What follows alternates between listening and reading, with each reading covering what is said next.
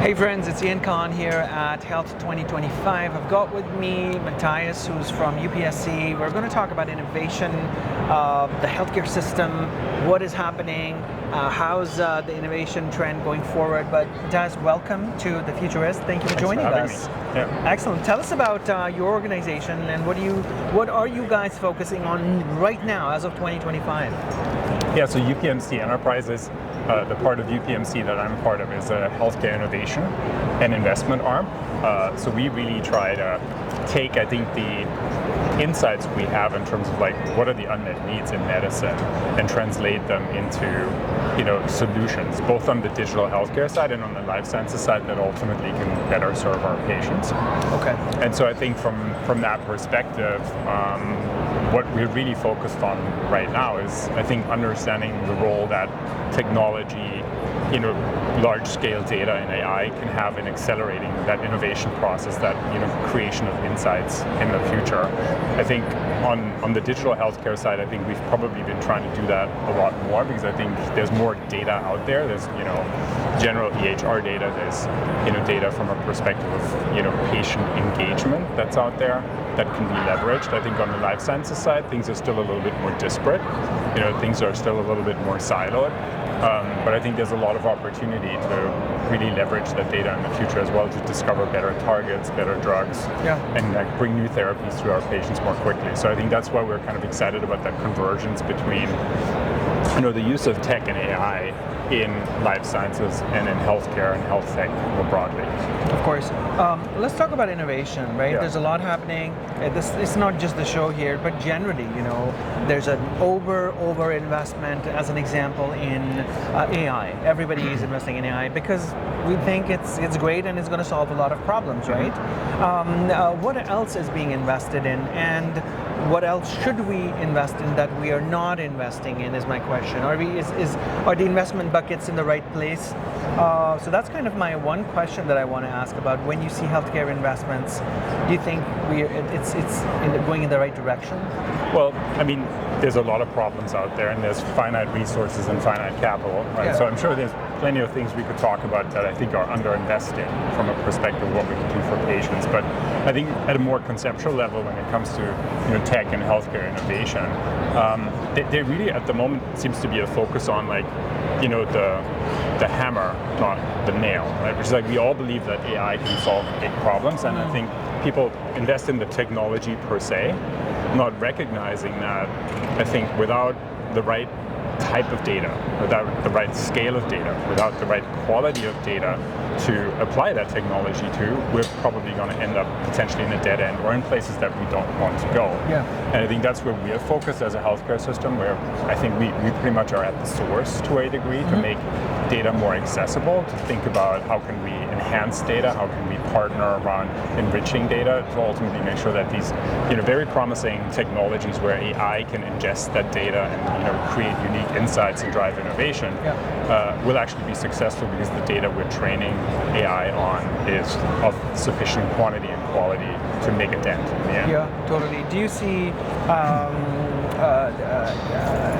a need in changes in the regulatory environment in America, or do you see a need in some other kind of form of government structure or grants or what have you? Like what needs to happen? Yeah, I mean, I think there's a couple of interesting angles. I think from a regulatory perspective, I think the FDA is increasingly showing openness to the idea of, for example, using real-world data in a clinical trial setting. So I think things are moving slowly, but I think they're moving in the right direction. I think the bigger thing, and maybe that's where government policy can play a role as well, is there's still a lot of siloed data out there, right, between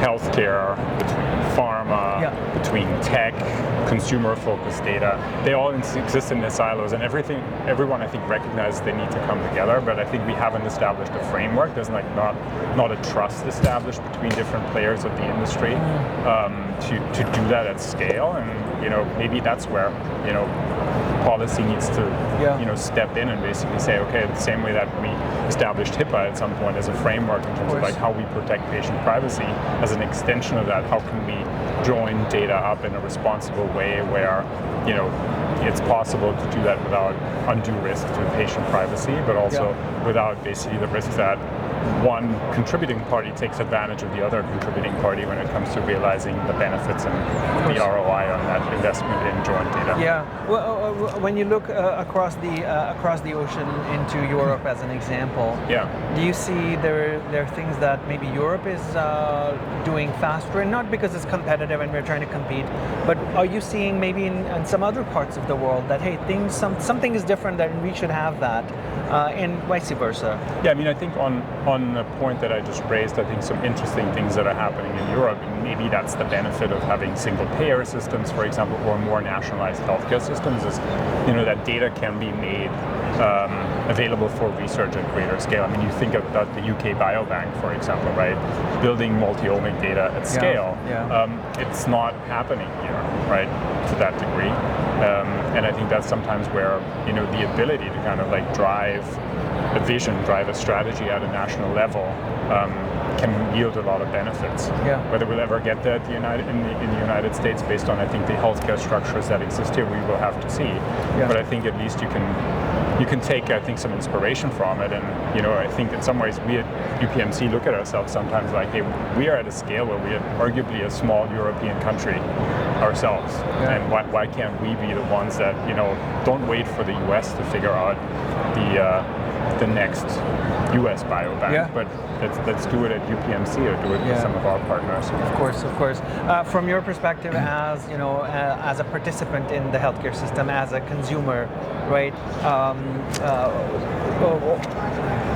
What are you looking forward to in the healthcare system across, the country, as an example, or some things that you wish could happen? For example, I would love for people to lower their guard when it comes to AI, and because it's becoming better. AI is significantly better, and we need to have an open kind of a mindset that hey, it's actually going to help us accelerate things. What are your personal, hey, I wish this will happen in the next few years? Yeah, I mean, I think technology beyond, I think, what we talked about in the innovation contest has, I think, a lot of potential to streamline, I think, care delivery and the patient experience. And I mean, I'm European, as you can probably tell. I have an American passport now, but that's an aside.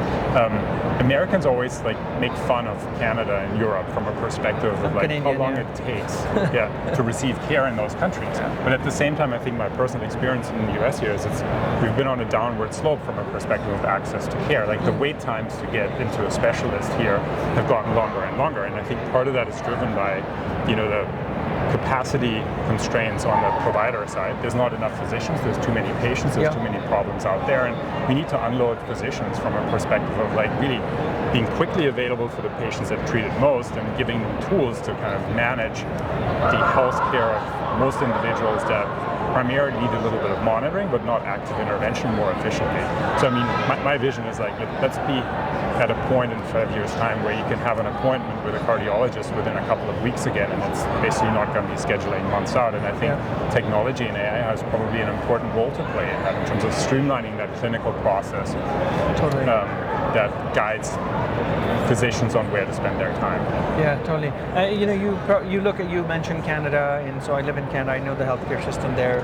We're talking globally, what's happening. I heard earlier in some interviews something is happening, nice happening in Australia, and so on. So lots of different pockets of innovation are happening.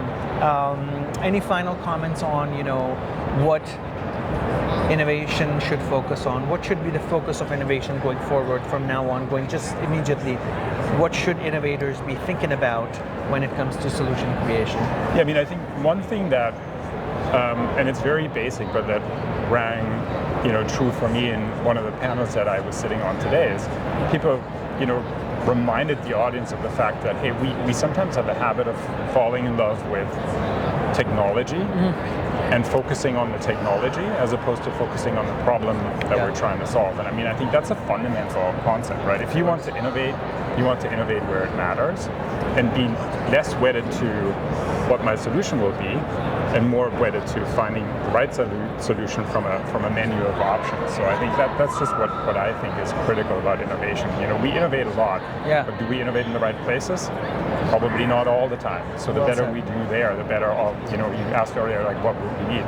The capital only goes so far, and, applying it to the right problem efficiently, I Yeah. think is pretty critical. Well said. I completely agree with that. You know, the shiny nickel syndrome, we need to get rid of it, focus on the problems, and who knows, you don't even need, you know, all the tools and the things that are out there. But thank you so much, Matthias, for joining us Yeah, on this thank you short for having me. conversation. We really appreciate it. Yeah. And yeah, thank you for doing all that you do. Great, thank you. Excellent. Thank you.